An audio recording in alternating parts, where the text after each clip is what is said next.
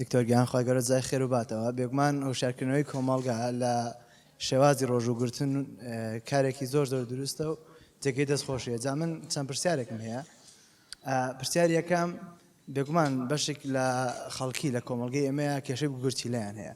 جا زۆرێک لەوان کاتێک کە بەڕۆژوو بن ئازاریان هەیە لە کاتی بەڕۆژووبوونە. ئایا ئەبوونی ئازار لە کاتی بەڕۆژووبوونە پێویستەکە کە ڕۆژەکانیان بشکێنن لەو کاتەیە؟ پرسیارێکی ترەوەیە کە بەشێک لە خەڵکی یەک گورتی لێیانێ جایتر لە بۆماوەیە یاوە خۆت لە کاتی ژیان یا تووشی ڕووداوێک بوون یا تووشی نەخۆشیەک بوون و گورچیلەکیان لەدەستداوە. ئایا ئەو کەسانە ڕۆژوو بۆ ئەوان زیان بەخش نییە؟ کۆتا پرسیاریشم بۆ ئەو کەسانەی کە زەرعی گورچی لێیان کردووە ئایا ئەتوانن بە ڕۆژوو بن؟ خۆزاوەتێخوا سەبارەت بە مۆزوعی گورچیلە باوکی من ئەو کەسانی کە بەردی گورچیلە دروست دەکەن زیاتر ئەمانە نابێ گورچیلیان وشک بێتەوە، بەڵام چەند ئاو لە لاشەیانە کەمەکە ئەو نەش خەڵتە لە لاشەیانە کەمەکە، چونکە کابرات چۆن ئاو ناخواتەوە خواردنیش ناخوا. لەبەرەوە لە مقابلە ئەو ڕێژەی میزەی کە دەرەچێت بڵێ ڕێژەیەکی چرترە لە ڕێژەی پێشوو، بەڵام نابێتەوە هۆی بەردروستکردن چونکە کاتەکەی کەمە. چونکە ئینسان تەنها لە کاتێکی کەمی ئێوارەیە بە شتێک لە پاشێەوە هەستا بێ ئاوێکی زۆری خواردبێتەوە، ئێوارانیش زوو بە خورما و بە ئاو بیشکێنێ و محاولە بکە لە شەوا میزێکی زۆر بکە، ئەم کێشەی بۆ دروست نابێت. لەبەرەوە بابەتی بەرد هیچ کێشەیەکی نییە، ئازاریش پەیوەندی بۆ حاڵەتەوە نییە کەوا بزانێ ئەگەر بە ڕۆژوو بوو ئازاری بێیان بەرد دروستەکە لەو لەحزەیانە ئەوە تەنها حاڵەتێکی دەرونیە بۆ ئینسانەکە خۆی دروستە بێ.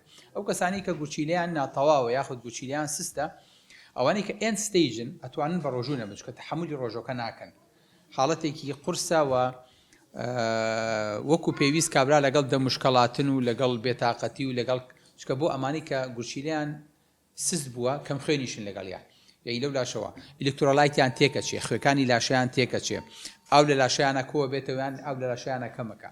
ئەمانەوە کات کە بەرگی ئەوە نەگرێت کە گورچیلی وشک بێتەوە لەوانەیە ئەوانە لە ئێن ستیجەکانە باشتر وایە ئەمانە بە ڕۆژوو نەبن.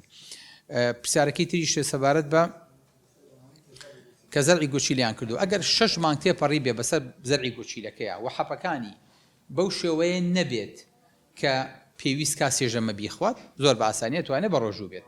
وەو کەسانی کە گورچیلەشیان هەیە حاڵتێکی طبیعیە چونکە ئینسان کە لە ژیانی طبیعی خۆیان لە ساسی گورچیلەکانی ئیشەکات، یعنی فلتەرەکان و مەصفای گورچیلە لە ساسی ئەو پەڕی لە 150 یعنی هەردووکیان احتیاطی خۆیان هەیە هەمووی ناخەنە ئیشو، یعنی ئەگەر 4 پستۆنی هەبێت 2 پستۆنی خاختە ئیش.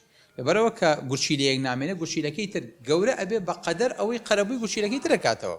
لەبەرەوە هیچ زەرێکی لە نایە، ئینسانێکی زۆر طبیعیە نابێ بڵێ نەخۆشم، چونکە لەوانەیە هەر لە زگماکە گورچیلەیەکی نەبوو بێ تا ئەمرێ سۆنەری نەکرد بێ هەر پێشی نازانێت کە گورچیلەیەکی نییە. لەبەر ئینسانێکی طبیعیە و نابێ وەکو کەم ئەندام خۆی شک بەرێ.